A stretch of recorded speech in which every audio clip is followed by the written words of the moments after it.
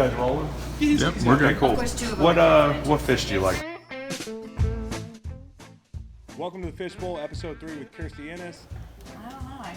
I like this classic orange dude, and then I like the Speckled. Yes. They call it. No need to get fancy here. The interview says it all. One of my favorite people I've interviewed thus far, a personal friend, a Marine, and somebody who's overcome more than any of us could imagine to be a great example for young people, and young women especially.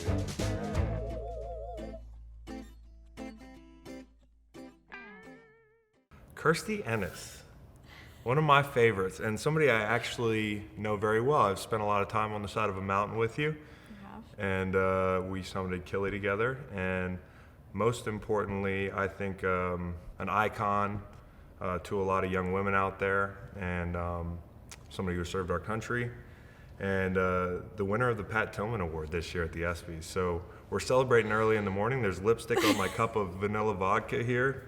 Not my choice. How are you, Kirstie? Yeah, I'm doing well. It's just an honor to be out here in LA for the ESPYs, and yeah, it's been a wild ride since the last time we climbed together. Yeah. Been busy. You've added some things to your resume. Just a few. You're here for the Pat Tillman Award. Everybody knows who Pat Tillman is, but what made him different? What made him deserving of recognition decades later and beyond? Well, for me as an athlete, and then also as a service person, I know what it takes to be a part of a team like that, and to be able to sacrifice for the greater good of what you guys are going through. You know, whether it's on the field or off the field, you know, as a family, it takes a lot. You know, you have to have a lot of heart to be a part of a team like that in the ways that he was. But for him to take off the jersey and then go forth and join the military, and not just join the military to, you know, do your typical 9-to-5 sitting behind a desk job, but he was going to the front lines and wholeheartedly and obviously willing to lay his life down for the man or woman that stood to his left or right. And he did. He paid the ultimate sacrifice. To me, that's just somebody that we should all want to emulate. You know, I think all too often in our day and age, we get wrapped up of sitting behind a screen or going through the motions of our day-to-day, but for somebody to truly want to get up every day and make a difference in the world, do something for the greater good, I mean, I just think Pat Tillman embodies that, and he's somebody that, he's a household name that people idolize him. You know, he is a true American hero on and off the field and on the battlefield. This is Coach Dave McGinnis. I've been asked by a very good friend of mine and a player I respect a lot, Chris Long, to talk a little bit about Pat Tillman. I was fortunate enough in my career to not only be a defensive coordinator and a head coach during Pat Tillman's career. I was involved in drafting Pat Tillman, and I was very much involved in his football playing career. I coached in the National Football League for 31 years. That entails thousands of players. There is no football player that has had more impact on my life as a human being than Pat Tillman. Pat Tillman embodied as a player exactly what you would want. He was fearless, he was loyal, he was honest, and he was always there. You always knew that when he stepped across the line for you as a coach, you would get everything that he had. An extremely brilliant human being. He was a true Renaissance man. But Pat Tillman also embodied the traits of honesty, integrity, and dignity in every aspect of his life. You know, those three words sometimes are just words on a page, but Pat Tillman lived those words. I cannot tell you the many conversations that I've had with Pat Tillman as to where we would not talk about football, but we would talk about life and things that were very, very important. And I saw that in Pat Tillman when 9/11 happened. And being involved with him, and then being the one person that he came to when he made a decision to leave a very lucrative National Football League career on the table when he and Marie had just gotten married, to go serve his country because he felt a real sense of duty in doing that. And sitting down with him and listening to him tell me his reasons and tell me what he was going to do, and then being able to talk to him and just to feel the genuineness. I mean, you don't come across human beings in your life that are like Pat Tillman. As I said, I've been involved with thousands and thousands of National Football League players.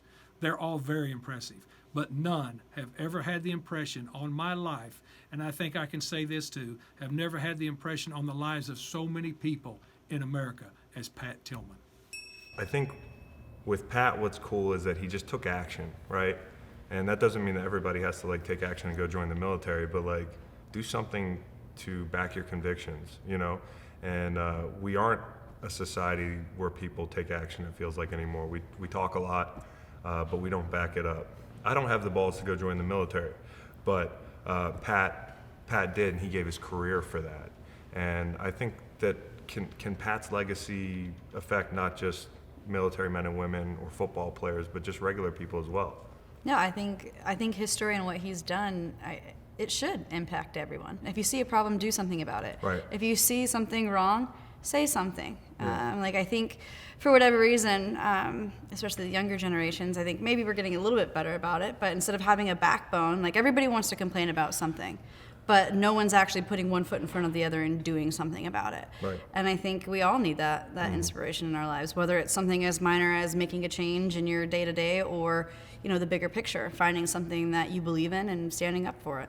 Because it could be easy to look at Pat and be like, well, he's better than me. He's, a regular guy like me, or somebody at home, whether it's an NFL player or somebody watching on TV, and be like, how do I apply that to my life? But it's all relative, the actions you take, like the little things you do. Like, it could be one act of kindness or one community engagement. I mean, like, your service to the country has just been part of who you are. Like, you've done so much else. Among your long list of amazing accomplishments is singing the national anthem in front of a whole bunch of fucking people. What's scarier, the speech you got to give tonight or singing the national anthem in front of a bunch of people? Singing the national anthem in front of a bunch of people. Yeah. Man, I wasn't even worried about how I sounded. I was more worried about, like, screwing up that one word. Yeah. Skipping a word or something like that. But You skip a word, they're not giving you any fucking slack because you're supposed to know all of that. I mean, yeah, if I sounded like crap, so be it. Like, Yeah. all right, fine. But yeah, I was so terrified of just forgetting a word. You didn't want to Fergie it. No, I didn't.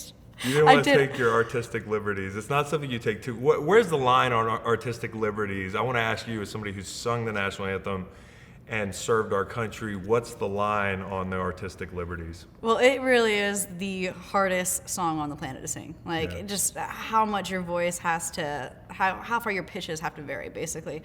But no, you sing that song like just like Francis Scott Key wrote it. Like, that's it. Yeah.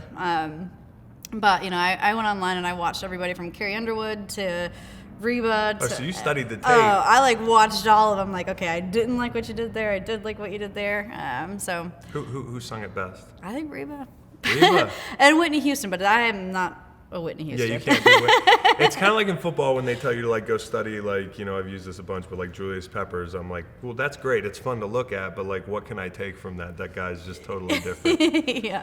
I mean, with some training, maybe you can become Whitney Houston. Yeah, a lot of training. The speech tonight, how long does it have to be? What are you worried about? Oh, man. The speech tonight, I wasn't too stressed about it. Like, I actually really enjoy public speaking. Yeah. And again, the same thing. I went online and I watched everybody from, the Jimmy V Award, the Pat Tillman Award, all sorts of recipients. And, I wanted to leave an impact. One of my biggest concerns was, like, looking around an audience and people not being moved. Like, I want to say something that's impactful, and tomorrow morning people wake up and say, hey, I listened to Kirstie and I want to, follow through with what she said. I started my mission because I didn't have the role model that I needed or wanted while I was in the hospital. Now, when I don't have the fight within to continue putting one foot in front of the other, I remind myself of the people who may be watching. The young ones who need someone to be a pillar of hope, the men and women looking for some inspiration to keep going, and the non-believers waiting for me to prove them wrong. I am one of the lucky ones who came home, broken, but I am still here and I still can. So I will continue every day for those who can't.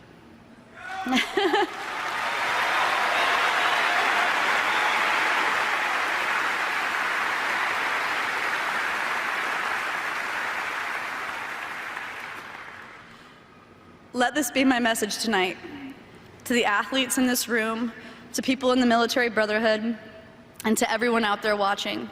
Rest a moment less, endure a fraction more, and try to make peace with whatever your pain may be. It's an honor to be here with you all tonight. Thank you. Thanks for watching part one of our Kirstie Ennis Fish Bowl sit down. She's a great friend of mine. Obviously, so proud to know her. Nobody more deserving of winning such a prestigious award like the Pat Tillman Award.